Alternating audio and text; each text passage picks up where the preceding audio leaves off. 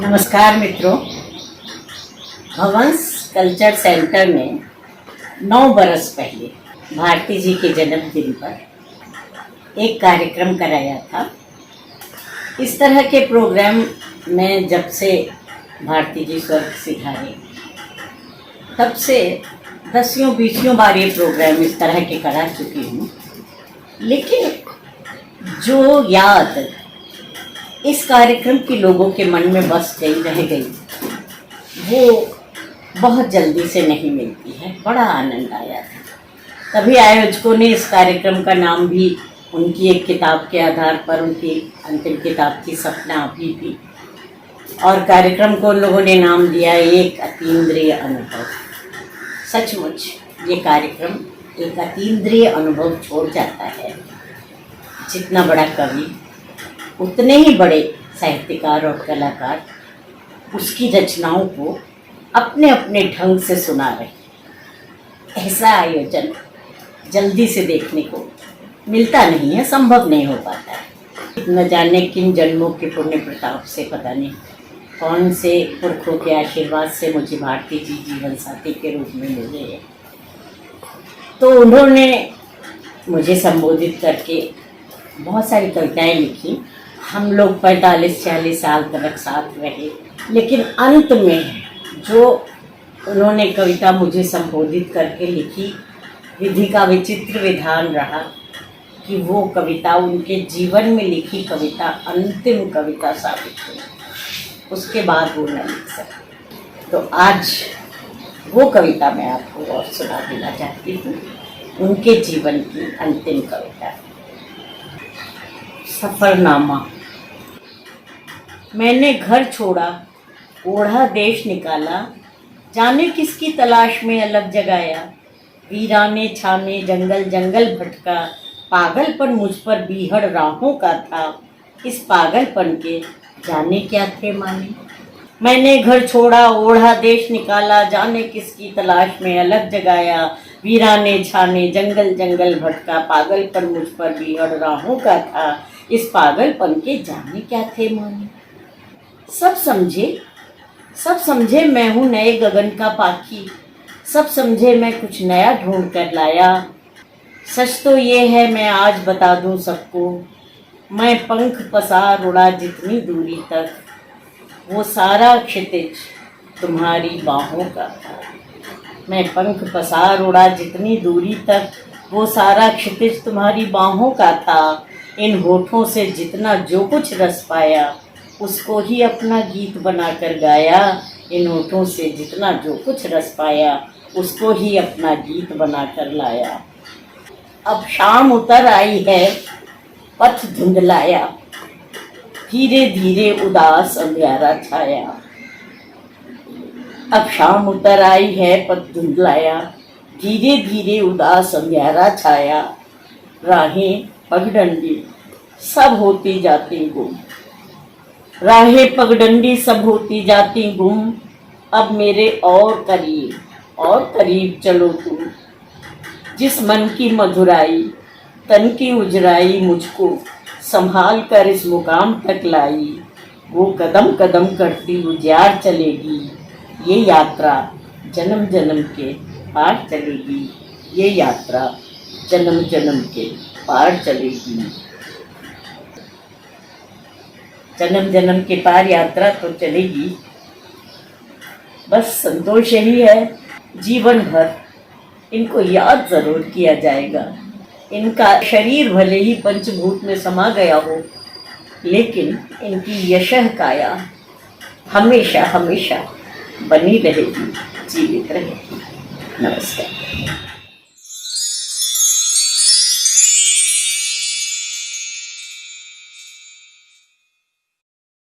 मैं विश्वनाथ भारतीय विद्या भवन की ओर से आप सबका स्वागत करता हूँ।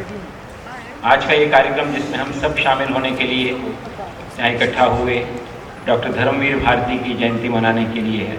हमारे समय के समर्थतम हस्ताक्षरों में से एक महान पत्रकार, महान कवि, महान साहित्यकार डॉक्टर धर्मवीर भारती को हम हर साल इसी तरह याद किया करते हैं, उनकी रचनाओं के माध्यम से, उन तक पहुंचने की कोशिश करते हैं, उन्हें समझने की कोशिश करते हैं। आज मित्रों उसके साथ कुछ और संयोग जुड़ा है, दुर्योग जुड़ा है इसे कहना चाहिए। आज ही यानी 25 दिसंबर को ही हिंदी के या कहना चाहिए सारे देश के एक बहुत बड़े रंगकर्मी श्री सत्यदेव दुबे हमारे बीच नहीं रहे। सत्यदेव दुबे इस महानगर में तो हिंदी रंगमंच की पहचान थे ही, लेकिन वो अपने आप में एक संस्था थे जिन्होंने हमेशा रंगमंच को जिया। सत्यदेव दुबे भारती जी के मित्रों में से थे। उनके महान नाटक अंधा युग के निर्देशक भी रहे। भारती जी ने मुझसे एक बार कहा था, जब मैं धर्मयुग में काम करता था, कि मुंबई शहर में तुम्हें 2 व्यक्तियों से मिलाना चाहता हूँ मैं पहले। और वो 2 व्यक्ति थे। सबसे पहले डॉक्टर राही मासूम रज़ा और दूसरा नाम था पंडित सत्यदेव दुबे का। भारती जी का कहना था कि ये 2 शख्सियत इस मुंबई शहर को के हिंदी वालों को एक पहचान देती हैं। उस पहचान में से एक चेहरा पहले चला गया था, दूसरा आज हमारे बीच नहीं है। हम आज इस कार्यक्रम को सत्यदेव दुबे की स्मृति को समर्पित करते हैं और मैं चाहता हूं कि हम 1 मिनट का मौन रख करके सब लोग अपने उस महान कलाकार को श्रद्धांजलि अर्पित करें।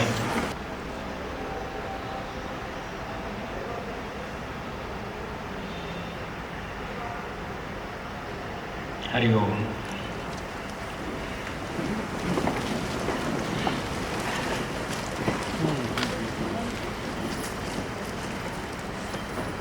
सत्यदेव दुबे की शख्सियत को, भारतीय जिस्म के रिश्तों को समझने की एक खिड़की हमारे पास है।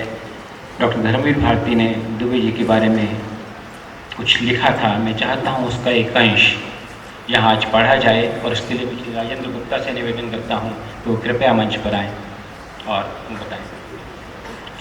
हिंदी भाषियों में रंगमंच का शौक न होने के कारण तो दुबे की उद्विग्नता स्वाभाविक है, पर इसे आप क्या कहेंगे कि एक बार दुबे जी द्वारा प्रस्तुत कोई नाटक अप्रत्याशित रूप से लोकप्रिय हो गया।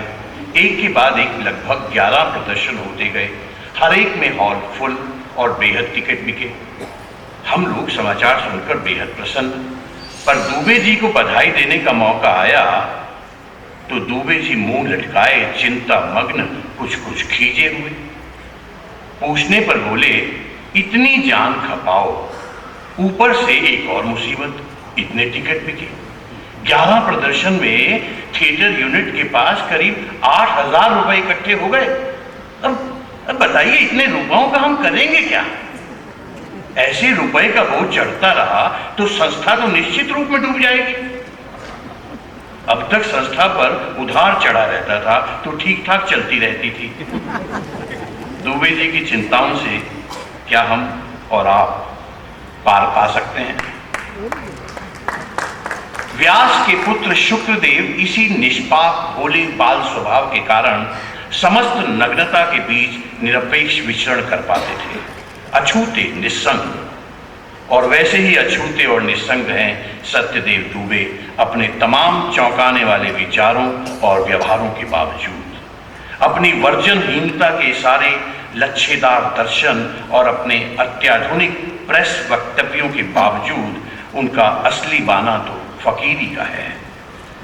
अगर इस तमाम सम्मान, पुरस्कार और रिकॉग्निशन से वे थोड़े से उदास हो आए हों और चिंता में पड़ गए हों, तो इस सब का आखिर वे करेंगे क्या? तो आपको आश्चर्य नहीं होना चाहिए। हमारे दुबे जी हैं ही ऐसे, और ईश्वर करे ऐसे ही बने रहें।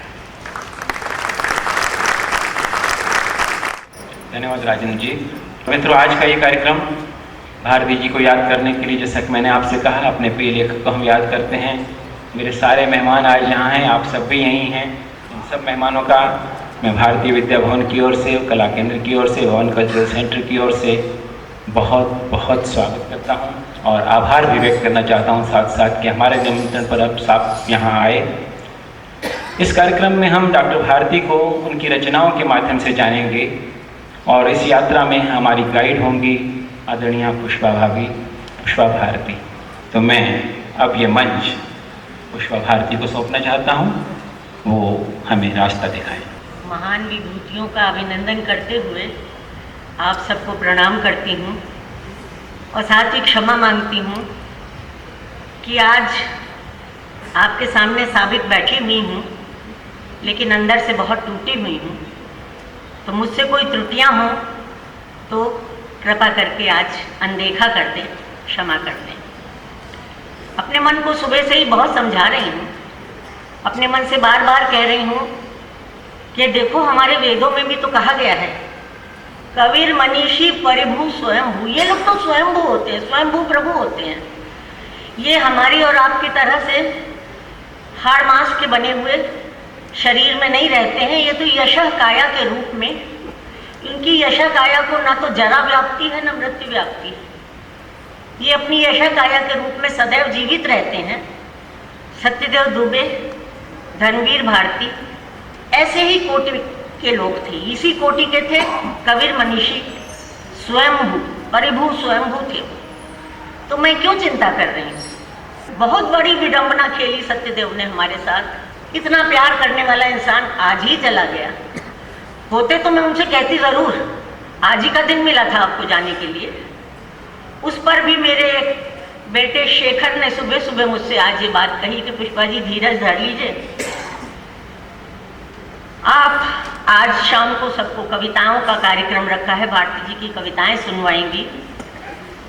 सत्यदेव दुबे ने तो मित्र धर्म निभाया है। आज आप लोगों के इतने प्यारे मित्र थे और वो चले गए हैं कि ठीक है पुष्पा जी वहाँ सबको सुनवा रही हैं, कविताएं सुन रही हैं, सबको आनंद दिलवा रही हैं, मैं आ गया हूँ, आइए चलिए आपको अंधा युग सुनाता हूँ। आज आपको अकेला नहीं छोड़ता। ये भी मैं जानती हूँ कि अगर आज मैं कुछ अन्यथा लूंगी या कहीं बिखर जाऊंगी तो दुबे भैया ही मुझ पर चिल्लाएंगे, Pushpa ji show must go on. तो ये तो नाट्य धर्मी है, सब जानते हैं, आप सब भी जानते हैं, आप सब जानते हैं कि शो चलते रहना चाहिए।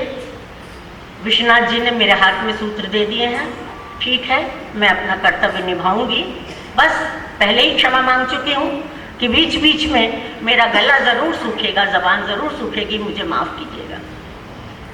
मित्रों, आपके जो भारती जी थे, सब आप उन्हें बहुत अच्छी तरह जानते हैं, उनके बारे में तो मैं आपको क्या बताऊंगी। एक और बात करूंगी कि मंच की परंपरा होती है कि जो लोग हमारे अतिथि आए हैं काव्य पाठ करेंगे, मैं उनका भी परिचय आप लोगों को दूं, मगर ये हिमाकत भी मैं नहीं करूंगी, इसलिए कि उनके बारे में मैं कुछ आपको बताने चलूंगी उससे ज्यादा आप सब खुद जानते होंगे, इसलिए मैं उनका भी आपसे कोई परिचय नहीं दूंगी। वो सीधे आपके ओर मुखातिब होंगे, आपको भारती जी की कविताएं सुनाएंगे। भारती जी बच्चे थे, नन्हे बच्चे, 6-7वें क्लास में पढ़ते थे, तब से वो अध्ययन के, पढ़ाई के बेहद शौकीन थे। छोटे मुन्ने हैं, बस्ता लेकर के घर में आए हैं, बस्ता पटक दिया, कुछ जल्दी जल्दी कपड़े बदले, कुछ मुंह जुठारा और बस सीधे चल देते थे एक लाइब्रेरी में, वाचनालय में, और पुस्तकें पढ़ते थे। रात तलक पढ़ते रहते थे। अंत में लाइब्रेरियन कहता था भैया आप घर जाओ, हमें भी जाना है, बीवी बच्चे रास्ता देख रहे होंगे। कुल 20 बरस के रहे थे जब उनकी पहली किताब छप गई थी, मुर्दों का गांव। 1-2 बरस बाद दूसरी किताब छपी, स्वर्ग और पृथ्वी। उसकी जो भूमिका लिखी थी वो दादा माखनलाल चतुर्वेदी ने लिखी थी, और उसमें उनकी भूर भूरी प्रशंसा करते हुए उन्होंने लिखा था कि मैंने जो ऊपर इतनी प्रशंसा की है उसे मेरा पक्षपात न समझा जाए, इस बात को स्वयं धर्मवीर भारती को प्रूफ करना पड़ेगा कि ये मेरा पक्षपात नहीं है। काहे से? उन्हें ये काहे से कहना पड़ेगा? घास की कलम से लिखकर नहीं, सांस की कलम से लिखकर। और मित्रों, विश्वास मानिए, 45 साल तक रात दिन उनके साथ रही हूँ, जानती हूँ कि उन्होंने जो भी लिखा, एक एक अक्षर सांस की कलम से लिखा। कोई उधार का शब्द नहीं, कोई उधार का अनुभव नहीं, जो जिया बस वही लिखा। और यही चमत्कार आज मैं आपको दिखाने लाई हूँ। आज के लिए जो कविताएं चुनी हैं उसमें से आपको उसी क्रम से कविताएं सुनवाऊंगी। उनकी जो सबसे पहली पुस्तक है उसका नाम है, कविता पुस्तक जो है उसका नाम है ठंडा लोहा। उसमें आप देखेंगे कि उस उम्र के युवकों की कविता है जब अभी बच्चों में, लड़कों में छोटी छोटी सी रेखा मूंछ की प्रकट होने लगती है, आवाज़ ज़रा ज़रा सी भारी होने लगती है और चाल भी थोड़ी सी उनकी मस्तानी होने लगती है और बड़े बड़े अकड़ में, बड़े प्रेम में चलते हैं, लेकिन मन ही मन बड़ा डरते भी रहते हैं। समाज से डरते हैं, माँ बाप से डरते हैं और शायद कभी कभी खुद से भी डरते हैं। कहते भैया अभी तो हम बहुत छोटे हैं, अभी से ये क्या प्रेम वेम हमारे मन में आ रहा है। लेकिन कवि की चतुराई देखिए, ये बात खुद से न कह करके प्रेमिका से कह रहे हैं जनाब। कहते हैं कि तुम तो अभी बहुत छोटी हो भाई, अभी से प्यार वार क्या सीख रही हो। तो ये वाली जो कविता है ये आपको हमारे पुत्र शेखर सुनाएंगे। शेखर जी। यह पान फूल मृदुल बदन, बच्चों की जिद सा अल्हड़ मन, तुम अभी सुकोमल बहुत सुकोमल, अभी न सीखो प्यार। यह पान फूल सा मृदुल बदन, बच्चों की जिद सा अल्हड़ मन, तुम अभी सुकोमल बहुत सुकोमल, अभी न सीखो प्यार। कुंजों की छाया में झिलमिल झरते हैं चांदी के निर्झर, निर्झर से उठते बुध बुध पर नाचा करती परियां हिलमिल। कुंजों की छाया में झिलमिल झरते हैं चांदी के निर्झर, निर्झर से उठते बुध बुध पर नाचा करती परियां हिलमिल। उन परियों से भी कहीं अधिक हल्का फुल्का लहराता तन, तुम अभी सुकोमल बहुत सुकोमल, अभी न सीखो प्यार। तुम जा सकती नभ पार अभी, लेकर बादल की मृदुल तरी, बिजुरी की नव चम चम चुनरी से कर सकती सिंगार अभी। तुम जा सकती नभ पार अभी, लेकर बादल की मृदुल तरी, बिजुरी की नभ चम चम चुनरी से कर सकती सिंगार अभी।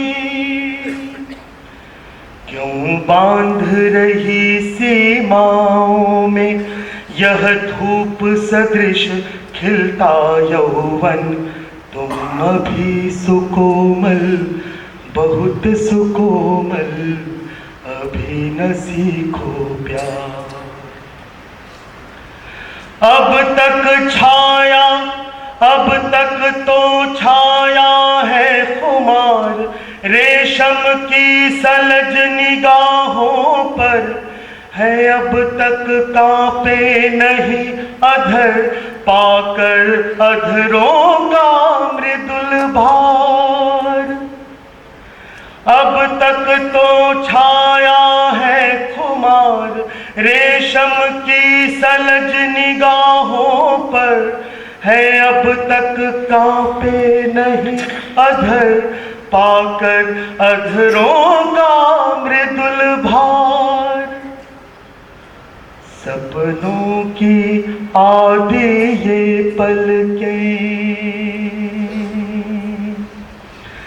सपनों की आधी ये पलकें, कैसे सह पाएंगी चुंबन, तुम अभी सुकोमल बहुत सुकोमल, अभी न सीखो प्यार।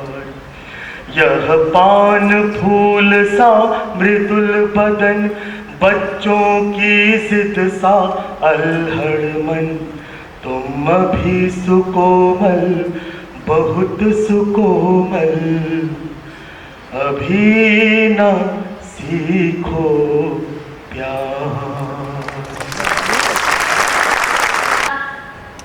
जाने लगे, यौवन की दहलीज पर खड़ा है युवक और दिल में कुछ कुछ होने लगा है, मगर वो जो कुछ कुछ है वो भी समझ में आ रहा है कि बहुत सतही नहीं है, इसके सचमुच कुछ ठोस ठोस अर्थ है।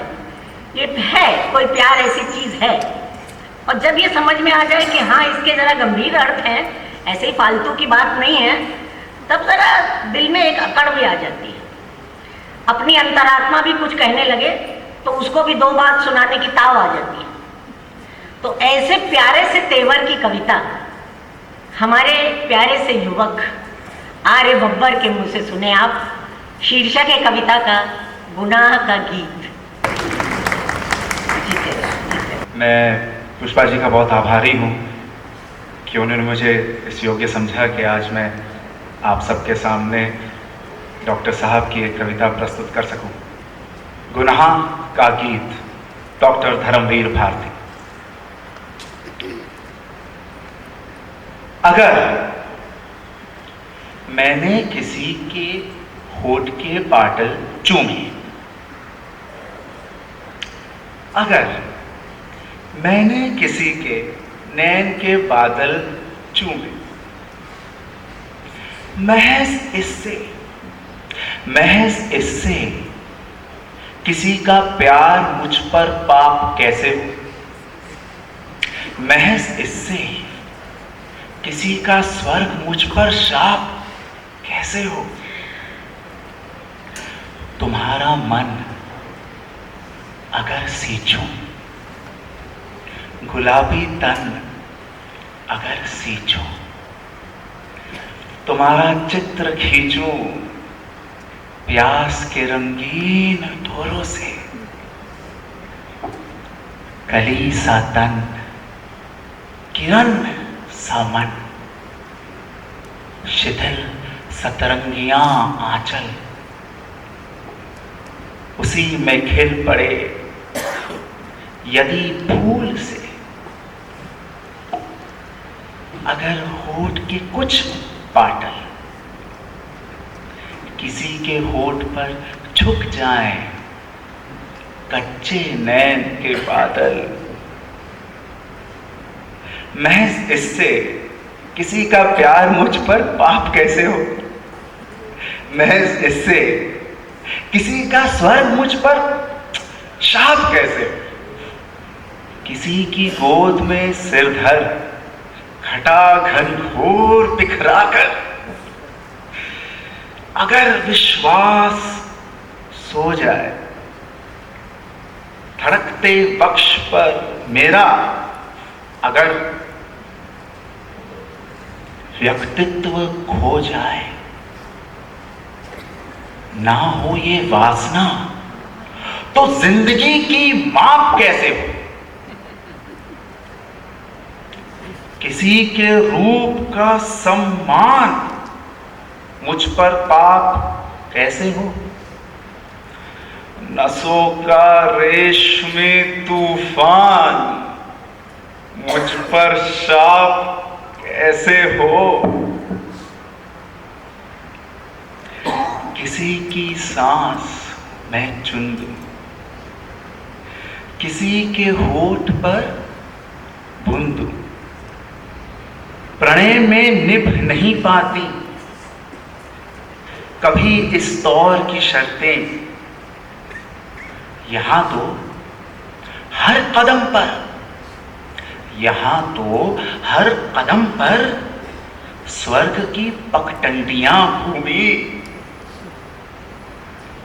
अगर मैंने किसी की मध भरी अंगड़ाइयां चूमी,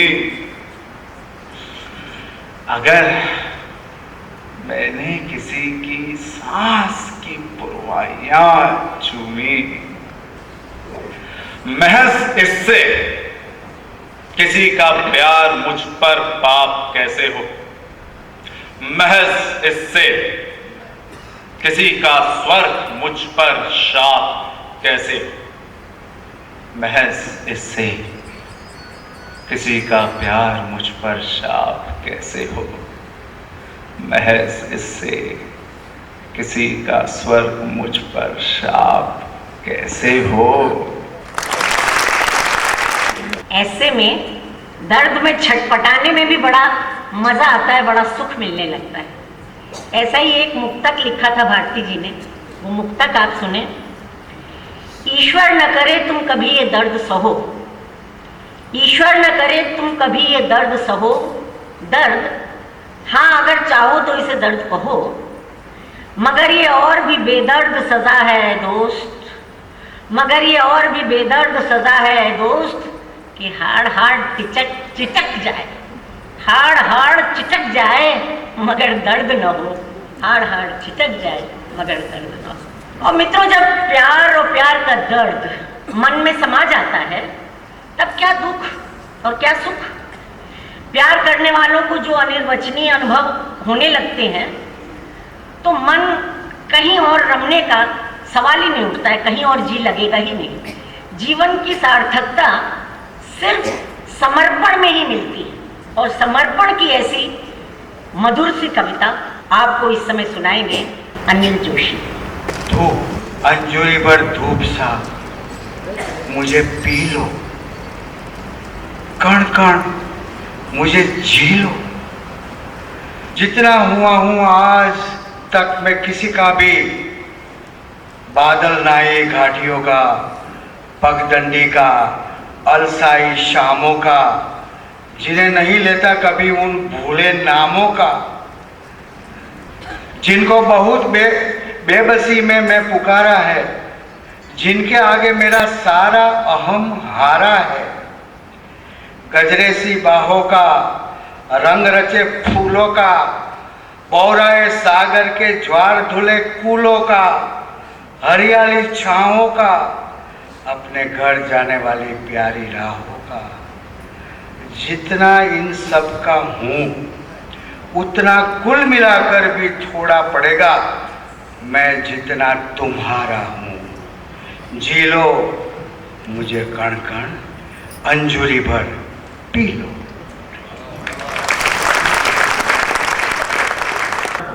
और दिल में बिल्कुल प्यार डुबा ले, तब देखिए लाजमी है कि फिर जीवन में शरीर का प्रवेश भी हो ही जाता है, शारीरिक प्रेम आ जाता है। सारी प्रकृति ऐसा लगने लगती है कि वो भी प्रेम में डूबी हुई है। लेकिन ऐसे में जो ढीठ चांदनी है वो भी ऐसा लगे कि बस मानवीय रूप धारण करके आ गई है, वो भी प्यार करने के लिए आ गई है। इस ढीठ चांदनी जो अपनी रूप ठगोरी करने लगती है, क्या करे कवि का मन उस ढीठ चांदनी पे, सिवाय इसके कि निसार हो जाए, बिखर जाए। तो ढीठ चांदनी की ये प्यारी सी कविता, छोटी सी कविता आप सुने फिर से शेखर से। आजकल तमाम रात चांदनी जगाती है, आजकल आजकल तमाम रात चांदनी जगाती है, आजकल आजकल तमाम रात चांदनी जगाती है, चांदनी जगाती है, आजकल आजकल तमाम रात चांदनी जगाती है, आजकल मुंह पर दे दे छींटे अध खुले झरोखे से, अंदर आ जाती है दबे पांव धोखे से। मुंह पर दे दे छींटे अध खुले झरोखे से, अंदर आ जाती है दबे पांव धोखे से। माथा छू निंदिया उचटाती है, माथा छू निंदिया उचटाती है, बाहर ले जाती है घंटों बतियाती है, ठंडी ठंडी छत पर लिपट लिपट जाती है, बाहर ले जाती है, घंटों बतियाती है। ठंडी ठंडी छत पर लिपट लिपट जाती है, विह्वल मदमाती है, बावरिया बिना बात। आजकल तमाम रात चांदनी जगाती है, आजकल तमाम रात चांदनी जगाती है, आजकल।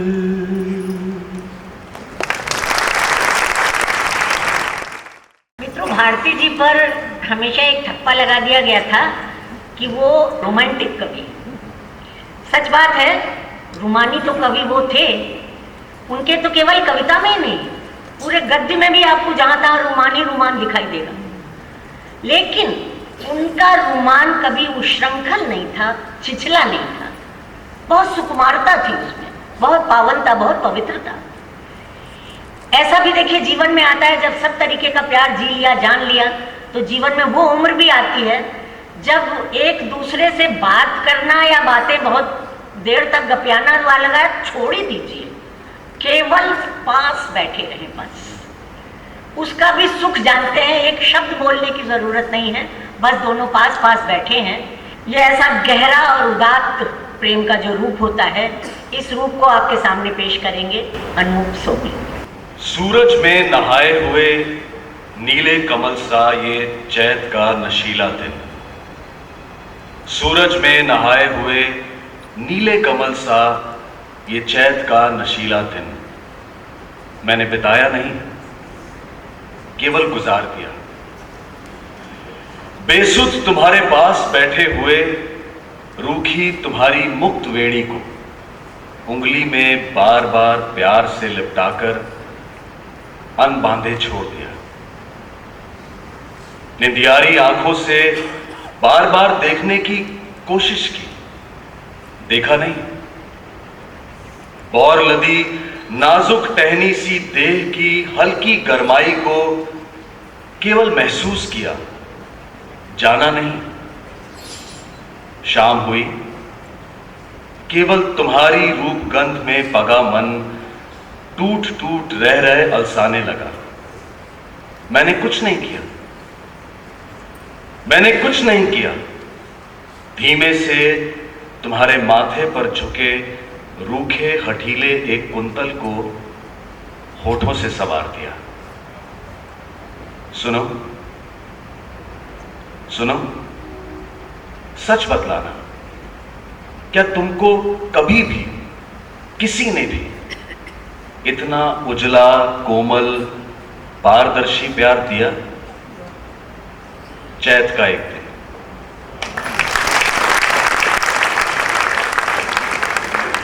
एक किशोर उम्र से लेकर के जीवन की संध्या काल तक कवि ने प्रेम का चित्रण तो किया है, लेकिन किस तरीके से, किस पावनता के साथ किया है, एक उदाहरण आपके सामने मैं भी प्रस्तुत करती हूँ। मैंने तो कभी और किसी कविता में चुंबन का इतना पवित्र चित्र खींचते हुए देखा नहीं है। आप सुने, लिखते हैं, जब प्रेमिका द्वारा प्रेमी के माथे का चुंबन किया जा रहा है, लिखते हैं कि तप्त माथे पर नजर में बादलों को साध कर रख दिए तुमने सरल संगीत से निर्मित अधर। आरती की झिलमिलाती छांव में बांसुरी रखी हुई जो भागवत के पृष्ठ पर, बांसुरी रखी हुई जो भागवत के पृष्ठ। तो ऐसा प्रेम था भारती की कविता का। अब मित्रों, प्रेम का केवल एक ही रूप नहीं होता, स्त्री पुरुष का प्रेम। प्रेम के बड़े शेड्स होते हैं, बड़े प्रकार होते हैं, अनंत प्रकार में प्रेम को जिया जाता है। उनकी कालजयी कृति है कनुप्रिया। इस कनुप्रिया में प्रेम के आपको जितने रूप दिखाई देंगे, राधा ने कृष्ण के प्रति अपने प्रेम को जिस जिस रूप में महसूस किया, उस प्रेम की बात आप यहाँ पर राधा के दो छाया रूप, जया बच्चन और इला अरुण, राधा के इन दो रूपों से राधा के प्रेम की बात सुनिए। जय। तुम मेरे कौन हो कनु?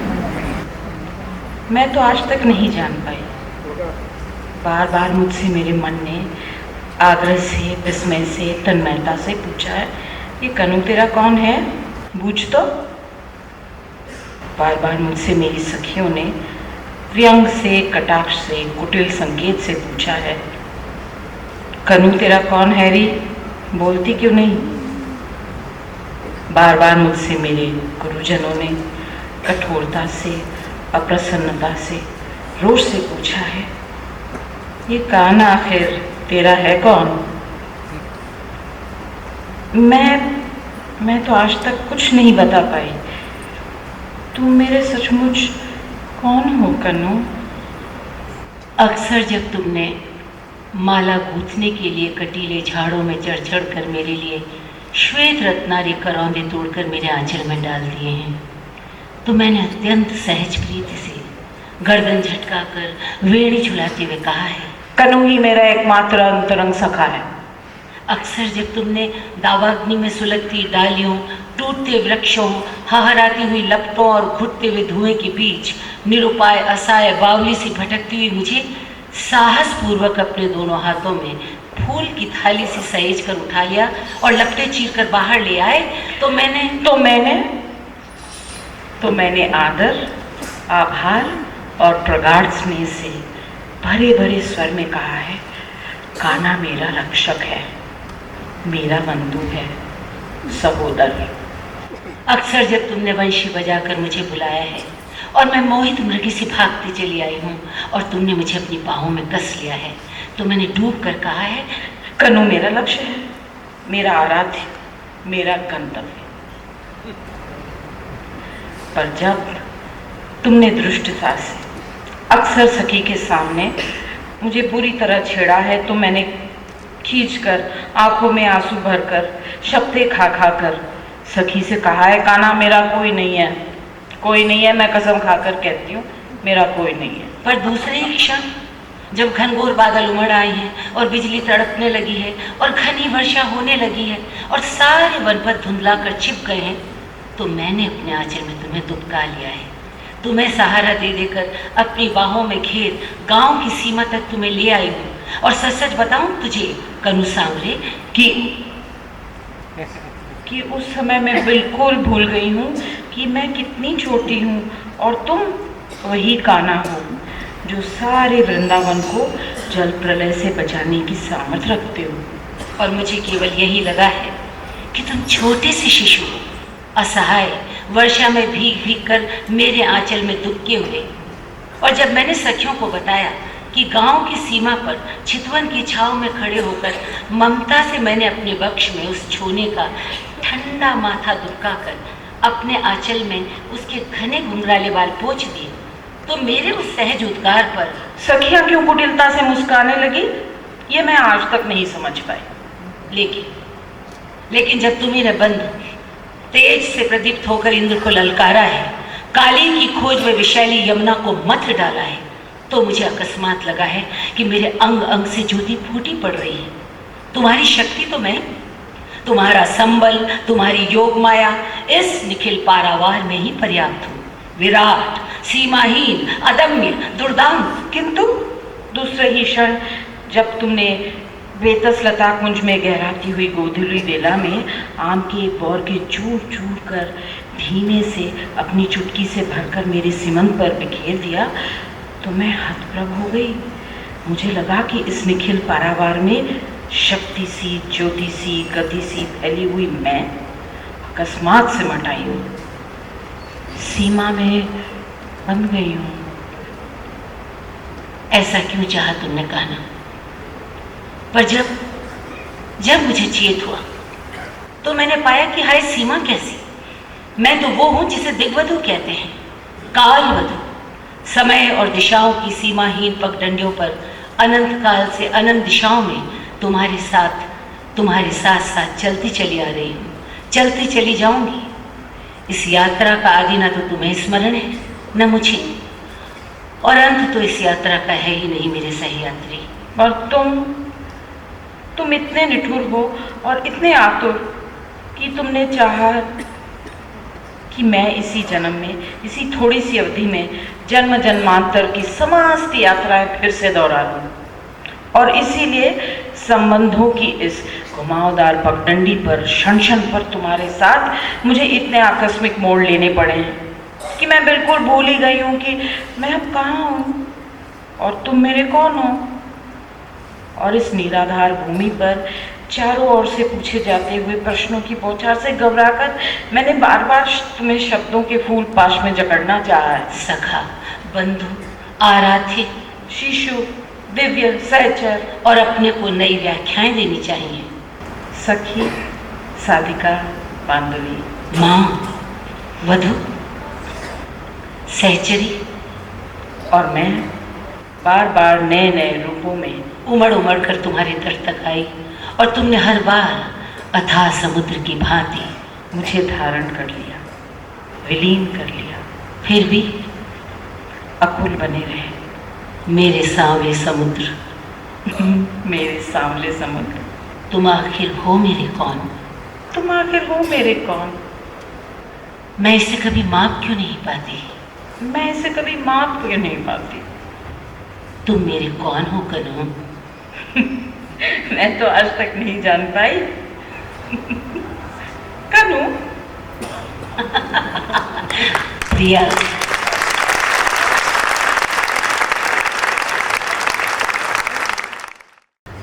वो दिन याद दिलाती हूँ जब हर तरीके के स्वप्नदर्शी, हर तरीके के सतरंगी प्रेम को जी लेने के बाद जीवन में एक ठहराव आ जाने पर बड़ी शिद्दत से हमें अपने बचपन के दिन याद आते हैं।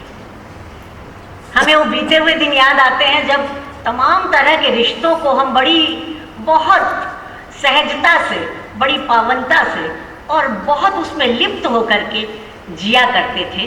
अजीब दिन थे वे। उन दिनों की याद भी हम यूं ही सीधी कविता से नहीं ले सकते, उसके लिए भी हमें सुरों का सहारा लेना पड़ेगा। वो भी आपको ले चलेंगे शेखर धरती पर। दीदी के धूल भरे पाँव, ओ दीदी के धूल भरे पाँव, ओ बरसों के बाद आज फिर ये मन लौटा है। बरसों के बाद आज फिर ये मन लौटा है। क्यों अपने गाँव दीदी के धूल भरे पाँव, ओ दीदी के धूल भरे पाँव। अगहन की कोहरीली भोर, अगहन की कोहरीली भोर, हाय अभी तक क्यों दुख दुख जाती है मन की वह कोर। दीदी के धूल भरे पाँव, ओ दीदी के धूल भरे पाँव। 1 लाख मोती 2 लाख जवाहर वाला ये झिलमिल करता महानगर। 1 लाख मोती 2 लाख जवाहर वाला यह झिलमिल करता महानगर। होते ही शाम कहाँ जाने बुझ जाता, उग आता है मन में जाने कब का छूटा एक पुराना गवई का कच्चा घर। जब जीवन में केवल इतना ही सच था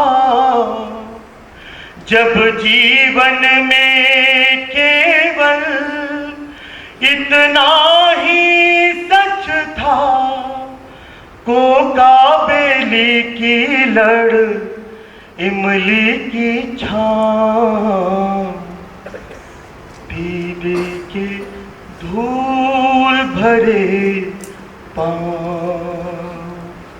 ओ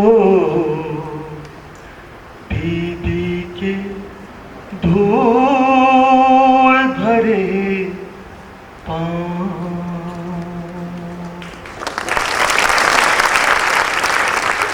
देखिए, भारती जी की कविता यात्रा की शुरुआत हमने किशोर मन के कच्चे प्यार से की और प्रौढ़ मन के ये पके प्यार तक आ गए।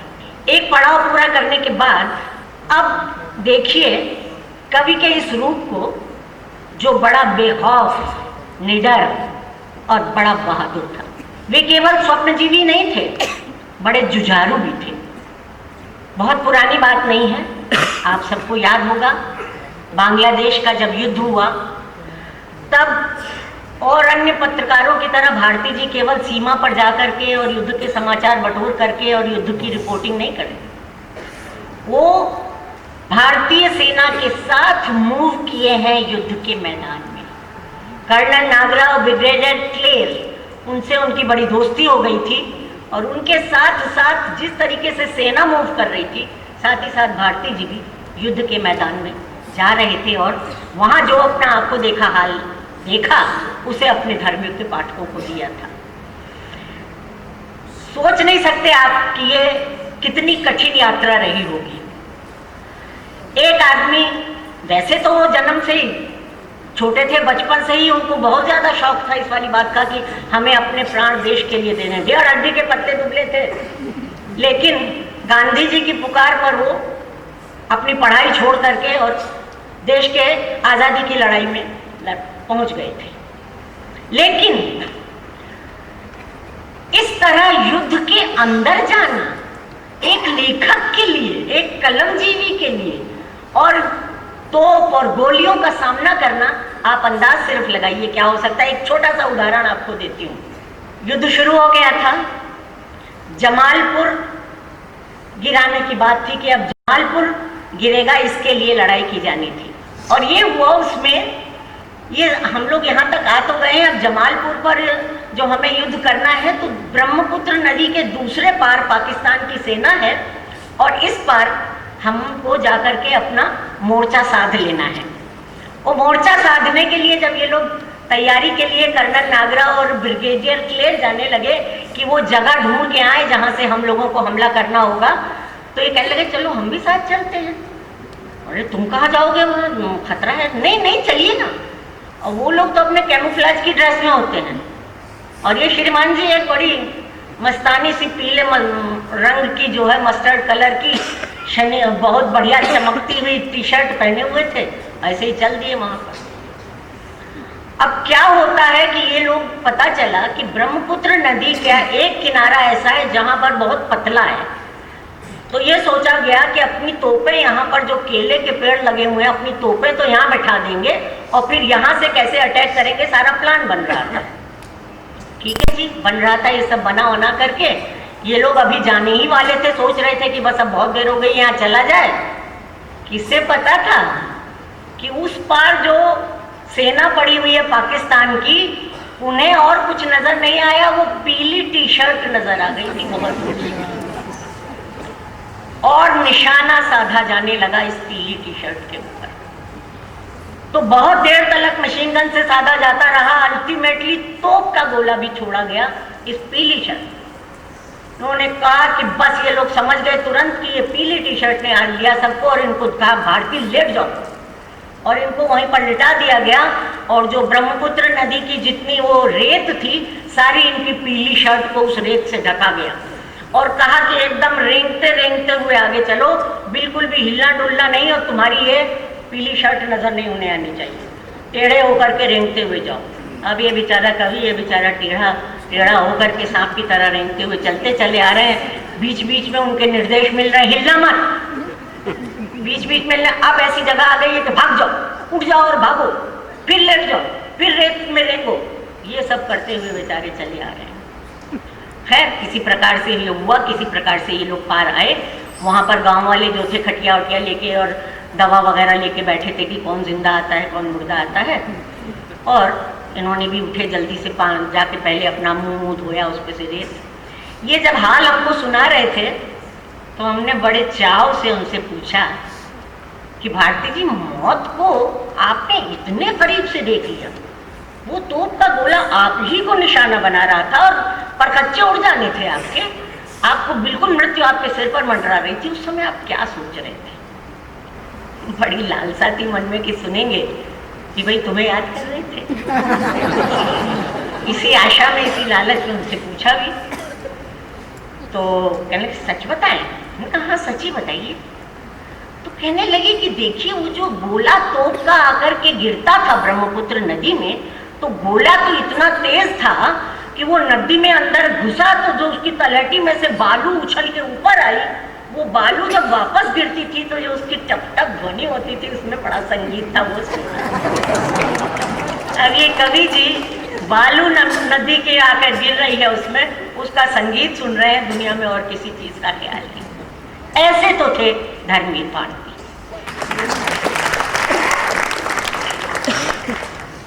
है ये सब बातें तो अगर मैं आपको बताऊंगी तो बहुत ज्यादा हो जाएंगी, लेकिन ये जरूर बता देना चाहती हूँ कि आज़ादी की लड़ाई के लिए उन्होंने बचपन से आज़ादी की लड़ाई में हिस्सा लिया था, लड़े थे, अपने तरीके से जैसा हो सकता था किए थे।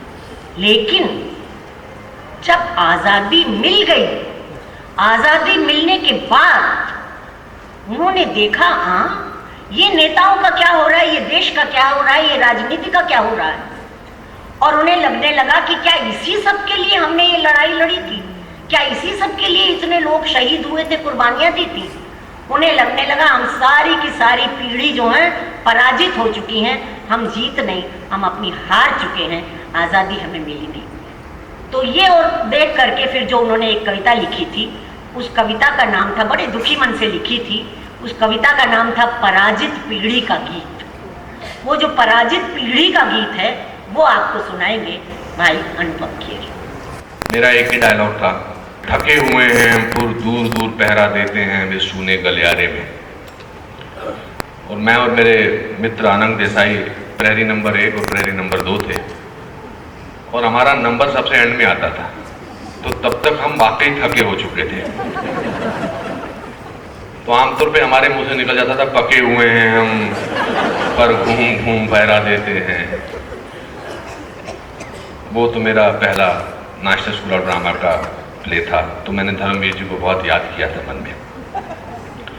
आमतौर पे ऐसा होता है कि अगर आपको कविता बोलनी होती है तो आपसे पहले जो बोलने वाले होते हैं, अगर वो एक आधी गलती कर लें तो आपको लगता है कि आपकी गलती भी माफ़ हो जाएगी। मगर मेरी ट्रेजेडी देखिए, मेरे से पहले किसी ने कोई गलती की ही नहीं। ऊपर से एक बच्चा यहाँ पर भगवे वस्त्र पहना बार बार मुझे देख के अपने कान बंद कर रहा था, और बार बार इसकी मम्मी इसके कान से हाथ हटा रही थी। वो मुझे ही देखकर कान क्यों बंद कर रहा था, मुझे इस बात का बिल्कुल भी एहसास नहीं है। फिर मैंने सोचा कि मैं टाइप वाली कविता पढ़ूं या अपने हाथ से लिखूं। तो मैं जया जी से कह रहा था, बहुत दिनों बाद मैंने कविता अपने हाथ से लिखी तो 50,000 मिस्टेक्स हुई हैं, तो मेरे अल्फाज पे मत जाइए, मेरे जज्बात पे जाइए। मैंने कनुप्रिया बहुत बार पढ़ी है, धर्मवीर जी की सारी लेखनियां मैंने बहुत बार पढ़ी हैं, और हम सब उनके फैन हैं।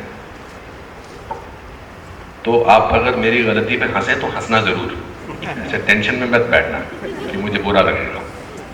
अब मैंने बोल लिया, अब मैं रिलैक्स हो गया। पराजित पीढ़ी का गीत। हम सबके दामन पर दाग, हम सबकी आत्मा में झूठ, हम सबके माथे पर शर्म, हम सबके हाथों में टूटी तलवार की मूठ। हम सब थे सैनिक अपराजय, पर हम थे बेबस लाचार। वो था कठपुतली का खेल, ऊपर थी कलई, पर लकड़ी के थे सब हथियार।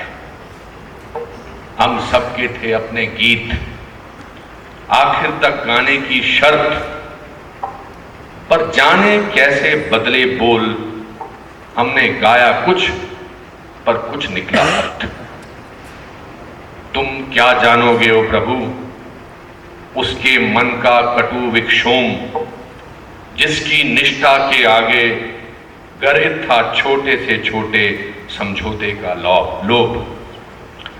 तुमने कब झेली संक्रांति, तुम क्या समझोगे प्रभु। इन गत्य विरोधों का दर्द, कैसी तरुणाई में ही घुट मर जाते हैं विश्वास। प्राणों की समिधाएं जमकर हो जाती हैं सर्द। फिर भी यदि तुमको मंजूर, हमको भटकाओ कुछ और। यदि तुमको फिर भी मंजूर, सच्चाई की बाहों में हम साए पाए मतमौर। तो कम से कम करुणा में इतना तो दो ही वरदान। दो हमको फिर झूठे लक्ष्य, दो हमको फिर झूठे युद्धों का मैदान। दो हमको फिर झूठे युद्ध, दो हमको फिर झूठे ध्येय। हारेंगे फिर ये है तय, फिर उसको मानेंगे हम प्रभु की हार। अपने को मानेंगे फिर अपराजय। हम सबके दामन पर दाग, हम सबकी आत्मा में झूठ, हम सबके माथे पर शर्म, हम सबके हाथों में टूटी तलवार की मूठ। धन्यवाद। आजादी के बाद नैतिक और सामाजिक मूल्यों का कितना भी पतन हुआ हो, देश का एक बड़ा वर्ग भले ही पराजित महसूस करने लगा हो, पर आजादी तो हमें मिली और आजाद तो हम हैं। और 26 जनवरी को हर बरस आजादी का जश्न भी मनाया जाता है। जश्न भी मनाते हैं और हर बरस लाल किले से एक कवि सम्मेलन भी हुआ करता है आजादी के सिलसिले में। हर बरस भारती जी के पास निमंत्रण आता था वहाँ कविता पढ़ने के लिए, और कोई ना कोई बहाना बनाकर ये टाल जाते थे, मना कर देते थे, जाते नहीं थे। सन 1968 की बात है कि उनके एक बड़े घनिष्ठ मित्र इसके आयोजक थे। उन्होंने कहा दोस्त तुमको तो आना ही पड़ेगा। अब इनकी कुछ नहीं चली कि उसको कैसे बहाना लगाए, तो उन्होंने साफ साफ कह दिया कि देखो भाई, मैं इसलिए नहीं आता हूँ कि तुम लोग कवियों से पहले कविता मंगवाते हो, सेंसर की जाती है, उसके बाद पढ़ने की इजाज़त मिलती है। मेरा स्वाभिमान कतई मुझको ये नहीं कहता है कि मैं ये चीज़ स्वीकार करूँ। मुझे कोई सेंसरशिप स्वीकार नहीं है। मैं अपनी कविता नहीं सुनाना चाहता भैया, मैं कवि नहीं। उन्होंने छूटते ही कहा कि नहीं बंधु, कविता बिल्कुल मत भेजो, तुम आओ। कि नहीं, मैं जो महसूस करता हूँ भैया वो लिखता हूँ और कुछ नहीं लिख सकता। हाँ, जो तुम महसूस करते हो वही सुनाना, कोई सेंसरशिप नहीं लागू होगी, जो कहना चाहते हो वही कहना। तब उस समय जो उन्होंने कविता लिखी थी, उस कविता को शीर्षक उन्होंने दिया था दरबार में नवागंतुक, और वो कविता आपको सुनाएंगे राजेंद्र गुप्ता भाई। मुबारक मुबारक हजार सद हजार बार ये जश्न, ये जुलूस, ये झंडियां, ये बंधनवार। दिग दिगंत जय जयकार, दिग दिगंत जय जयकार। मुबारक हजार सद हजार बार। मैं एक नाचीज अपने गांव ज्वार से आपके दरबार में आया हूं, डरते डरते। ना कोई स्तुति गीत, ना कोई उपहार। इस बार माफ करें। तलाशी शक है बेकार। ये बगल में दबी, लबादे में छिपी छोटी सी पुरानी पोटली, इसमें कुछ नहीं एकदम। ना कोई बम, ना हरबा, ना हथियार। इसमें चंद शब्द हैं श्रीमान, जो मेरे पिता के पिता ने मरते वक्त कहे थे कि जब सड़क पर से बेगुनाहों का खून धुल जाए, कि जब सड़क पर से बेगुनाहों का खून धुल जाए, गजर बजे, जंजीरें टूटे और राह खुल जाए, तब इसे खोलना, तब इसे खोलना और खुलकर पूरी आवाज में बोलना। दर्दनाक सदियां, जले हुए गांव, रौंदी हुई फसलें, लाशों पटी नदियां साक्षी हैं कि उन्होंने क्या नहीं सहा। पर इन शब्दों के अलावा कोई उधार का सत्य उन्होंने नहीं कहा, नहीं कहा। इसके लिए पीढ़ी दर पीढ़ी बगावत होती रही जालिमों के खिलाफ। एक बात है साफ कि इस जर्जर पोटली का एक एक शब्द कोहनूर है मेरे लिए, लेकिन शायद इन शब्दों की मुक्ति का दिन अभी दूर है। मैं बेअदब नहीं हूं, नतसिर हूं मैं बेअदब नहीं, नतसिर हूं मैं। जानता हूं सर्व फलदायक है आपका दान, फिर हर पुकार पर छिपने की कोशिश क्यों करता हूं?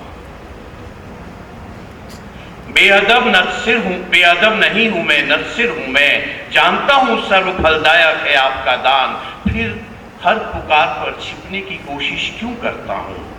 शक है बेकार, डरता हूं कि कहीं हाथ फैलाने में हाथ से न छूट जाए वो जो सचमुच मेरे लिए है मूल्यवान। मरते वक्त कह गए थे वे कि जो भी सहना, पर जिसे सच समझो तुम केवल वही और केवल वही कहना। इसलिए ये थाती मुझे खामोश सहने दें, जलसे से अलग चुपचाप खड़ा रहने दें। आपको कमी क्या है, आप सर्वशक्तिमान। आपको कमी क्या है, आप सर्वशक्तिमान। देखता हूं द्वारे पर करता है जयगान, कितना बड़ा जुलूस, यद्यपि नहीं उसकी अपनी कोई जबान। बोलते हैं बेजबान, चलते हैं बिना पांव, चमत्कार चमत्कार चमत्कार। फिर ख्याल आता है अकेले में, शायद बेकार की हो मेरी ही उदासी। फिर ख्याल आता है मेले में कि शायद बेकार की हो मेरी ही उदासी। क्या नहीं है मेले में, फूलों के रथ, घोड़ों की टापे, नाचते बनवासी, मुग्ध जनसाधारण, विद्वान मंडल विभोर, यही भाव सभी ओर। जनता कितनी खुश है, जनता अब राजा है।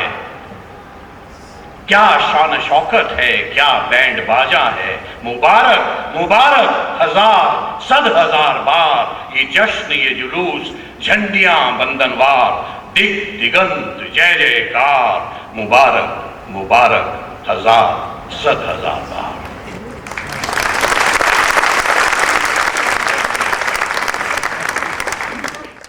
आजादी के बाद बहुत हमारे देश का माहौल बड़ी तेजी से बदल रहा था। ऐसा नहीं है कि सब निराशाजनक ही था, बहुत उन्नति की हमारे देश ने, वैज्ञानिक उन्नति बहुत की, भौतिक उन्नति बहुत की, अंतर्राष्ट्रीय स्तर पर बहुत उन्नति की, अपना मान हमने बहुत ऊंचा उठाया। लेकिन ये भी जरूर था कि हमारे जो अपने भारतीय संस्कार थे, सामाजिक मूल्य थे, वो धीरे धीरे हमारे हाथों से फिसलते जा रहे थे। ऐसे में क्या हुआ कि जो लोग देश की लड़ाई के लिए लड़ना चाह रहे थे, आज़ादी के लिए, उन्होंने ये देख लिया कि अब जो राजनीति जो कुछ कर रही है उसमें तो हम कुछ दखल नहीं रख सकते हैं, लेकिन अपनी ऊर्जा को हम दूसरी तरीके से किसी काम में लाएंगे। तो भारती जी ने सब कुछ छोड़ छाड़ करके अपने धर्मयुग के पाठकों की रुचि को सुरुचि बनाना, देश के प्रति उनके मन में बराबर निरंतर प्रेम जगाए रखना, उनको सजग बनाए रखना, सांस्कृतिक स्तर पर प्रबुद्ध बनाए रखना, इस सब प्रयत्न में वो रात और दिन लगे रहते थे। उन्होंने सोचा अब मैं इसी प्रकार से देश की सेवा कर सकता हूँ और किसी प्रकार से और किसी काबिल में नहीं हूँ। वो अपने काम में लगे थे। एक दिन सुबह अखबार देख रहे थे यहीं, और सुबह के अखबार में उन्होंने देखा कि सर पर तौलिया लपेटे लड़खड़ाते हुए जयप्रकाश नारायण और पुलिस की तनी हुई लाठी। ऐसा राजनीति का रूप देखकर एकदम भारती जी ये तानाशाही देखकर बिलबिला उठे। जयप्रकाश ने भ्रष्टाचार के खिलाफ पटना में रैली निकाली थी जवानों के साथ और यहाँ पुलिस उनको मार रही थी। वो जो लाठी सिर पर चलते हुए अखबार में जो देखी है चित्र, उसके बाद भारती जी एकदम रो पड़े। मैंने उन्हें कभी बड़ी से बड़ी स्थिति में रोते नहीं देखा था। बहुत कठोर अपना मन अंदर से कर लेते थे, कोल ओढ़ लेते थे, लेकिन उस समय वो रो पड़ी। ना किसी चीज में मन लगे, ना खाने में, ना पीने में, कुछ बात करने में, कुछ नहीं। 2-3 दिन तक सिर्फ टहलते रहे, कुछ नहीं लिखा जाए। फिर अंत में उन्होंने एक दिन मैंने देखा कि ये बड़े नॉर्मल से महसूस हुए, तो जाके कमरे में देखा तो पाया एक कविता उन्होंने लिख दी थी। उस कविता का शीर्षक था मुनादी। वो कविता उस समय इतनी प्रसिद्ध हुई थी, अभी भी आप जाएंगे पटना में कभी जाए तो देखेंगे कि वहाँ पर एक चौराहे पर जयप्रकाश नारायण की मूर्ति लगी है। वो मूर्ति जिन पत्थरों पर खड़ी है, उन पत्थरों पर ये मुनादी कविता जो है वो खुदी हुई है। इस कविता को लिख करके ही भारती जी को जरा चैन मिला था। देखिए उसकी बहुत लंबी कविता है, वो आपको सुना नहीं सकते, बहुत वक्त लग जाएगा, फिर कभी सही। चंद शुरुआती लाइनें आपको सुनाती हूँ। खलक खुदा का मुल्क बादशाह का, खलक खुदा का मुल्क बादशाह का, हुक्म शहर कोतवाल का, हर खास व आम को आगाह किया जाता है, हर खास व आम को आगाह किया जाता है कि खबरदार रहें और अपने अपने किवाड़ों को अंदर से कुंडी चढ़ाकर बंद कर लें। गिरा ले खिड़कियों के पर्दे और बच्चों को बाहर सड़क पर न भेजें, क्योंकि एक 72 बरस का बूढ़ा आदमी अपनी कांपती कमजोर आवाज में सड़कों पर सच बोलता हुआ निकल पड़ा। बड़ी लंबी कविता है, तो फिर कभी सही। अब बाद में ये तो जेपी के साथ हुआ, थोड़े दिनों के बाद देश में इमरजेंसी लग गई। तब तो भारती जी और भी तड़प गए। अब तो कुछ कर भी नहीं सकते हैं, कुछ लिखना, कुछ कहना, ये सारी चीजों पर, सब कुछ पर पाबंदी है, कुछ नहीं किया जा सकता। तब जो उनकी छटपटाहट और बेचैनी थी वो बिल्कुल मेरे से भी सहन नहीं होती थी देख करके कि जितने परेशान थे, परेशानी में आकर लिखते थे, लिख के अपने मन का बोझ हल्का कर लेते थे। लेकिन एक बार ऐसा स्टेटमेंट जब आया अखबार में अपने विनोबा भावे जी का, जिनको राजनीतिक संत कहा करते थे, उनका एक स्टेटमेंट आया कि आप इमरजेंसी को इमरजेंसी के रूप में न लें, इसे ये समझिए कि ये अनुशासन पर्व है, देश को अनुशासित किए जाने का त्योहार है। इस पर वो बहुत तिल मिलाए इस स्टेटमेंट पर, और लिखना चाहा तो लिखने के लिए जो उनका अपना स्टाइल था उसमें बिल्कुल नहीं लिख सकते थे। उन्होंने व्यंग का सहारा लिया। उन्होंने किस तरह व्यंग का सहारा लेकर अपने मन की छटपटाहट दूर की, उसको आज आप अभी सुनिए विष्णु शर्मा की आवाज। विष्णु जी। भारती जी से जो मेरी मुलाकात हुई थी वो एक आलोचक के रूप में हुई थी, और जब मैं उनसे मिला था तो उन्होंने बताया था कि आलोचक में और समालोचक में क्या अंतर होता है। मैं जब उनसे मिला था तो तब तक लोगों ने कहना शुरू कर दिया था कि तुम्हारी आवाज़ बड़ी अच्छी है। तो मैं जब उनसे मिला तो नमस्ते भी मैंने बड़े बेस में की, नमस्ते सर, कुछ ऐसा बना के। हंसे बेचारे थोड़ा सा, बोले बैठ जाइए। थोड़ी देर बातचीत हुई और कहा कि आप पंजाबी हैं। तो इसका भी मुझे बड़ा गुमान था कि मैं बड़ी शुद्ध हिंदी बोलता हूँ और उर्दू भी अच्छी बोल लेता हूँ। मैंने कहा नहीं साहब, मैं तो उत्तर प्रदेश में जन्मा हूँ, शिकोहाबाद में। बोले नहीं, आप पंजाब से आके वहां बसे होंगे। मेरे लिए ये बहुत नई बात थी और मैंने कहा आपने कैसे जाना? आप देखिए कि कितने ध्यान से भारती जी सुना करते थे लोगों को। उन्होंने कहा कि तुमने जी हाँ की जगह हाँ जी बोला। अब आप देखिए ये जो अंतर है, ये बहुत जो समझते हैं भाषा को और उसके प्रयोग को, तो वो लेखक थे, पत्रकार थे, लेकिन साउंड का इतना ज्ञान होगा, भाषा का इतना ज्ञान होगा, मतलब भाषा विज्ञान का, वो मैंने उस दिन जाना कि एक छोटी सी बात उन्होंने पकड़ी। मैं उनकी कविता आपको सुनाता हूं। तरेरी हुई भौहें, तने हुए सीने, कसी हुई मुट्ठियां कहां गई? भीख मांगते हाथ, झुकी हुई आंखें, खुशामदी अदा, कटी हुई पाखें, अदृश्य हथकड़ियों को कंगन की तरह खनकाते हुए, बेड़ियों को पैजनी की तरह छनकाते हुए ये कौन ठुमक ठुमक कर नाच रहे हैं? ये कौन सिले हुए होठों से अविराम अभिनंदन बांच रहे हैं? ये कैसा अजीब त्योहार है मेरे मालिक। मैं इसमें कहां हूं? तो क्या शब्दकोश से मिटा दिया गया एक गैर जरूरी शब्द स्वतंत्रता?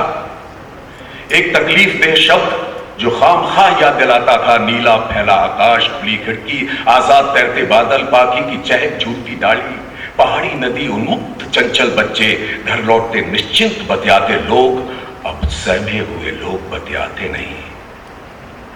बांध दी गई हैं झूमती शाखें, कसी हुई मुट्ठियां, दरेरी हुई आंखें, रातों रात बदल गई अपने आप। हवाओं में सिसकता हुआ रूंधे गलों का भयभीत जय जयकार, ऐ मेरे परवरदिगार। पर अपनी इस आत्मा नाम की चीज का मैं क्या करूं? क्या करूं इस एक एक शब्द का जिस पर अमिट है तुम्हारे हाथों की हल्दी की छाप? ये कैसा अजीब त्योहार है मेरे मालिक। मैं इसमें कहां हूं? आला रे आला, आला रे आला, रद्दी कागज, शीशी बोतल वाला, आपके घर में जो भी बेकार का सामान हो, सपने हो, सच्चाई हो, आत्मा हो, ईमान हो, मत शर्माइए, बेहिचक लाइए, हम उसे तोलकर वाजिब मोल देंगे, आपके लिए समृद्धि का द्वार खोल देंगे। ओहो, आप समझते हैं कि आप बहुत बड़े हैं, ईमान में, बुद्धि में, रंग में, रूप में। जनाब, वहां मार्केट की सीढ़ियों पर धूप में बड़े बड़े बिकाऊ लोग खड़े हैं। वहां मार्केट की सीढ़ियों पर धूप में बड़े बड़े बिकाऊ लोग खड़े हैं, गिरती हुई कीमतों की पर्चियां लगाए, क्रांति की डलियां में समर्पण सजाए चले आ रहे हैं एक से एक समझदार सरे बाजार। ऐ मेरे परवरदिगार, पर इस आत्मा नाम की चीज का क्या करूं? क्या इसे थाल में रख कर पेश करता रहूं बेकसूर मार खाए बच्चों की तरह? आखिर कब तक डरता रहूं? जिसे पुरखों के अपराजेय ईमान की तरह पाया है, जिसे उगते सूरज के जयगान की तरह गाया है, हर हारती सच्चाई को बचाने के लिए जो ढाल की तरह उठी है, बड़े से बड़े झूठ के खिलाफ जो महाकाल की तरह उठी है, वो क्या ज्वार के साथ रेत के पगचिन्ह की तरह बह जाएगी? क्या सिर्फ झूठ, सिर्फ झूठ, सिर्फ झूठ की आवाज बाकी रह जाएगी? तो है मेरे परवरदिगार, ये तुम्हारा बुज़दिली का त्योहार मुबारक हो तुम्हें। मुझे अपने एकांत में लौट जाने दो, और जो झुके नहीं टूट गए, उनकी पराजय का विजय गान मन ही मन गुनगुना देने दो।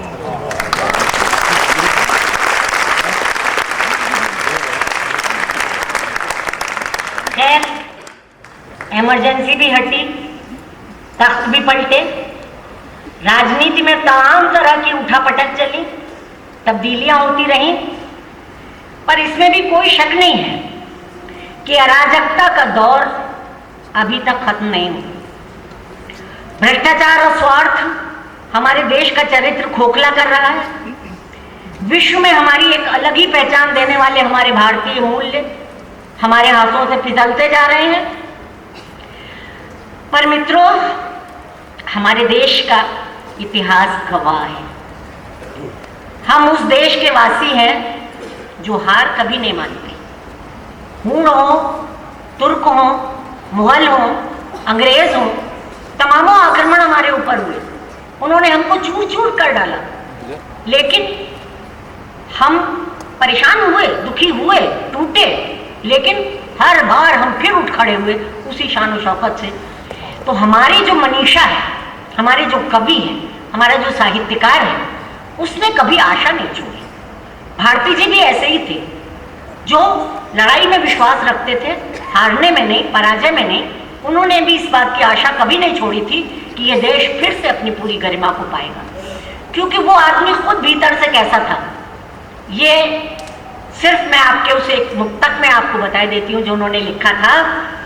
चेकबुक पीली हो या लाल, चेकबुक पीली हो या लाल, दाम सिक्के हो या शोहरत, कह दो उनसे जो खरीदने आए हैं तुम्हें, हर भूखा आदमी बिकाऊ नहीं होता, हर भूखा आदमी बिकाऊ नहीं होता। आप देखिए, हमने शुरुआत की थी ठंडा लोहा उनकी पहली पुस्तक से, अब ये उनकी अंतिम पुस्तक आ गई, उसका नाम ही है सपना अभी भी।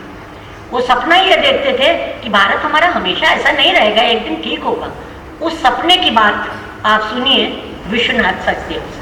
मित्रों, ये आज दूसरी बार है जब मैं किसी सार्वजनिक मंच से भारती जी की कविता पढ़ रहा हूँ। याद मुझे इसलिए आई पहली वाली बात कि पुष्पा जी ने अभी मुनादी कविता की कुछ पंक्तियाँ आपको सुनाई थी, और मुझे याद आया कि जयप्रकाश नारायण उन दिनों मुंबई आए हुए थे। गोरेगांव में एक बहुत बड़े मैदान में बहुत बड़ी सभा थी, तो बड़ी मुश्किल से हमने भारती जी को मनाया था कि कृपया वो कविता आप वहाँ आकर के सुनाइए। भारती जी तैयार भी हो गए, लेकिन जब वहाँ पहुँचे तो कहते हैं नहीं विश्वनाथ, हम इतनी भीड़ में कविता नहीं सुना पाएंगे, ख़ास तौर पर ये कविता तो नहीं सुना पाएंगे। और तब चूँकि हम घोषणा कर चुके थे कि मुनादी सुनाई जाएगी, तो भारती जी ने मुझसे आदेश दिया मुझे एक तरह से कि तुम ये कविता पढ़ो, और मैंने वो पढ़ी वो कविता। आज मुझे फिर मौका मिल रहा है भारती जी की कविता पढ़ने का, जो उनकी शायद आखिरी कविताओं में से एक है। ये उनके देहांत के बाद सपना अभी भी पुस्तक में छपी थी, जैसा पुष्पा जी ने बताया, और उसी पुस्तक से हमने आज के इस कार्यक्रम का नाम लिया है सपना अभी भी। कविता है क्योंकि सपना है अभी भी, क्योंकि सपना है अभी भी, इसलिए तलवार टूटी अश्व घायल, कोहरे डूबी दिशाएं, कौन दुश्मन कौन अपने लोग, सब कुछ धुंध धूमिल। क्योंकि इसलिए तलवार टूटी अश्व घायल, कोहरे डूबी दिशाएं, कौन दुश्मन कौन अपने लोग, सब कुछ धुंध धूमिल, किंतु कायम युद्ध का संकल्प अपना है अभी भी, किंतु कायम युद्ध का संकल्प अपना है अभी भी, क्योंकि है सपना अभी भी। तोड़कर चतुर्दिक का छलावा, तोड़कर चतुर्दिक का छलावा, जबकि घर छोड़ा गली छोड़ी नगर छोड़ा, कुछ नहीं था पास बस इसके अलावा, कुछ नहीं था पास बस इसके अलावा, विदा बेला यही सपना भाल पर तुमने तिलक की तरह आंका था। तोड़कर अपने चतुर्दिक का छलावा, जबकि घर छोड़ा गली छोड़ी नगर छोड़ा, कुछ नहीं था पास बस के इसके अलावा, विदा बेला यही सपना भाल पर तुमने तिलक की तरह आंका था। एक युग के बाद अब तुमको कहाँ वो याद होगा, एक युग के बाद तुमको अब कहाँ वो याद होगा, किंतु मुझको तो इसी के लिए जीना और लड़ना है, धधकती आग में तपना अभी भी, क्योंकि है सपना अभी भी। तुम नहीं हो मैं अकेला हूं मगर ये तुम ही हो जो, तुम नहीं हो मैं अकेला हूं मगर ये तुम ही हो जो, टूटती तलवार की झंकार में या भीड़ की जयकार में या मौत के सुनसान हाहाकार में फिर गूंज जाती हो, और मुझको ढाल छूटे कवच टूटे हुए मुझको। ये तुम ही हो जो कि टूटती तलवार की झंकार में या भीड़ की जयकार में या मौत के सुनसान हाहाकार में फिर गूंज जाती हो, और मुझको ढाल छूटे कवच टूटे हुए मुझको फिर तड़प कर याद आता है कि सब कुछ खो गया है, दिशाएं पहचान कुंडल कवच, लेकिन शेष हूं मैं युद्धरत में तुम्हारा, मैं तुम्हारा अपना अभी भी। इसलिए तलवार टूटी अश्व घायल, कोहरे डूबी दिशाएं, कौन दुश्मन कौन अपने लोग, सब कुछ धुंध धूमिल, किंतु कायम युद्ध का संकल्प है अपना अभी भी, क्योंकि है सपना अभी भी, क्योंकि है सपना अभी भी, क्योंकि जो विश्वनाथ जी ने शुरू में कहा था कि हम एक भारती जी के काव्य संसार की छोटी सी यात्रा पर निकलेंगे, तो आपने छोटी छोटी झलकियाँ देख ली उनकी कविताओं की। ऐसे ही स्वप्न, ऐसी आशाएं, ऐसी आस्थाएं लेकर ही हमारा चाहे साहित्यकार हो, कोई भी कलाकार हो, वो सृजन तभी कर पाते हैं जब ऐसे स्वप्न देखें, ऐसी आस्थाएं मन में रखें। लेकिन मैं सोचती हूँ कि जब तक भारती जी की एक और कालजयी कृति अंधा युग की झलक भी आप न देखें, उसकी चर्चा भी न हो, तब तक ये काव्य यात्रा पूरी नहीं होती, अंतिम पड़ाव नहीं आता। अंत में, अब सबसे अंत में जो आप सुनेंगे वो अंधा युग का एक अंश सुनेंगे। गिरीश कर्नाड कहा करते थे, हमेशा कहीं भी वो मिलो और अंधा युग की बात चले या बात हो, तो गिरीश कर्नाड कहते हैं कि भारती जी ने इतना साहित्य लिखा, साहित्य की हर विधा में लिखा, उपन्यास लिखे, कहानी लिखी, नाटक लिखे, कविताएं लिखी, रिपोर्टाज लिखे, यात्रा विवरण लिखे, निबंध लिखे, समालोचना आलोचना लिखी, हर चीज लिखी, और जो भी लिखी बहुत ऊंचे दर्जे की लिखी। लेकिन धर्मवीर भारती कुछ न लिखते, एक शब्द न लिखते, केवल एक अंधा युग लिख देते, केवल एक अंधा युग लिख देते, तो हमारी भारतीय भाषाओं के समस्त साहित्यकारों में, सर्वश्रेष्ठ साहित्यकारों में उनकी गिनती होती। ऐसा सब लोग कहा करते हैं कि केवल भारत के ही नहीं, सारे संसार के नाटकों में अगर 5 नाटकों की गिनती की जाए तो उनमें एक अंधा युग का नाम जरूर आएगा। तो वो अंधा युग, उसका एक अंश आप सुनेंगे। जब दुर्योधन की मृत्यु हो चुकी है, गांधारी को जब ये पता चलता है, तब किस प्रकार से गांधारी कृष्ण को श्राप देती हैं और कृष्ण उस श्राप को स्वीकार कर लेते हैं। इसके बाद जो स्थिति है, वो जो चित्र है, आपके सामने नादिरा जी, राजेंद्र गुप्ता और शेखर जी प्रस्तुत करेंगे, और अंत में मैं प्रणाम करूंगी।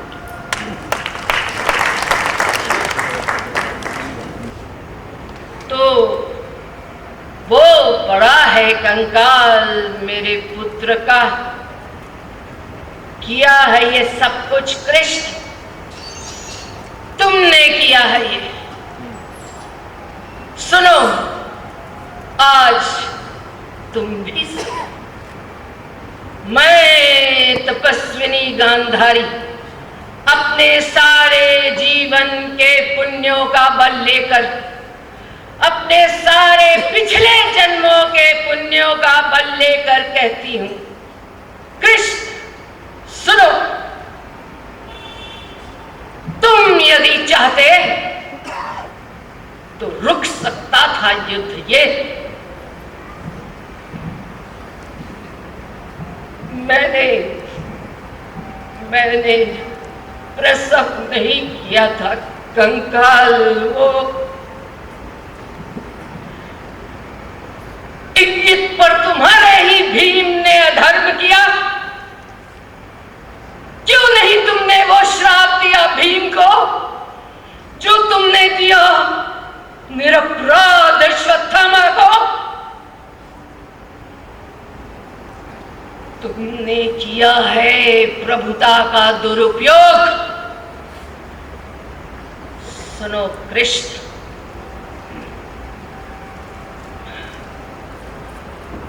मैं तपस्विनी गांधारी, प्रभु हो या परात्पर हो, कुछ भी हो, सारा तुम्हारा वंश इसी तरह पागल कुत्तों की तरह एक दूसरे को परस्पर फाड़ खाएगा। तुम खुद उनका विनाश करते। वर्षों के बाद किसी घने जंगल में किसी साधारण व्याध के हाथों मारे जाओगे। प्रभु हो और मारे जाओगे पशुओं की तरह। माता, प्रभु हूं या परात्पर, पर पुत्र हूं तुम्हारा। तुम माता हो। मैंने अर्जुन से कहा, सारे तुम्हारे कर्मों का पाप, पुण्य, योग, क्षेम मैं वहन करूंगा अपने कंधों पर। 18 दिनों के इस भीषण संग्राम में कोई नहीं, केवल मैं ही मरा हूं। करोड़ों बार, जितनी बार जो भी सैनिक भूमिशाई हुआ, कोई नहीं था। वो मैं ही था, गिरता था घायल होकर जो रणभूमि पे। अश्वत्थामा के अंगों से रक्त पीप श्वेत बनकर बहूंगा। मैं ही युग युगांतर तक जीवन हूं मैं, तो मृत्यु भी तो मैं ही हूं मां। श्राप ये तुम्हारा स्वीकार है। ये क्या किया कृष्ण? तुमने ये क्या किया? रोई नहीं मैं अपने 100 पुत्रों के लिए, लेकिन कृष्ण तुम पर मेरी ममता अगाध है। कर देते शाप ये मेरा तुम अस्वीकार, तो क्या मुझे दुख होता? मैं थी निराश, मैं कटु थी, पुत्रहीन थी कृष्ण। ऐसा मत कहो माता। जब तक मैं जीवित हूं, पुत्रहीना नहीं हूं तुम। प्रभु हूं या परात्पर, पर पुत्र हूं तुम्हारा। तुम माता हो। ये क्या किया विदुरी? मैंने क्या किया? मैंने क्या किया विदुरी? मैंने क्या किया? स्वीकार किया यह शाप कृष्ण ने, जिस क्षण से उस क्षण से ज्योति सितारों की पड़ गई मंद। युग युग की संचित मर्यादा निष्प्राण हुई। श्रीहीन हो गए कवियों के सब वर्ण छंद। यह शाप सुना सबने, पर भय के मारे माता गांधारी से कुछ नहीं कहा। पर युग संध्या की कलुषित छाया जैसा यह शाप सभी के मन पर टंगा रहा। यह शाप सभी के मन पर टंगा रहा। यह शाप सभी के मन पर टंगा रहा।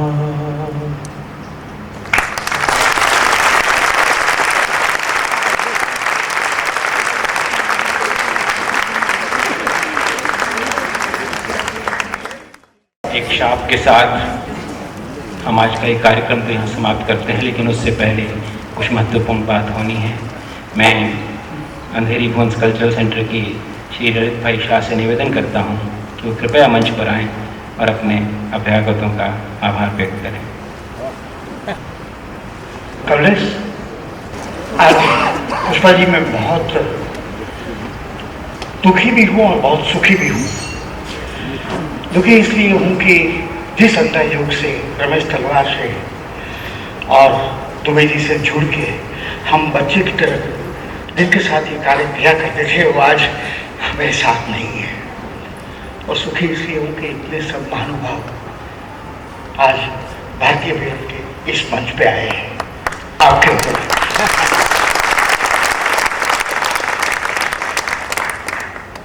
हम भारतीय विद्या भवन की ओर से हमेशा ये चाहते हैं, जो हमारे मुंशी जी ने हमें सिखाया है, कि हमारे कल्चर को, हमारे संस्कृति को बढ़ावा दिया जाए।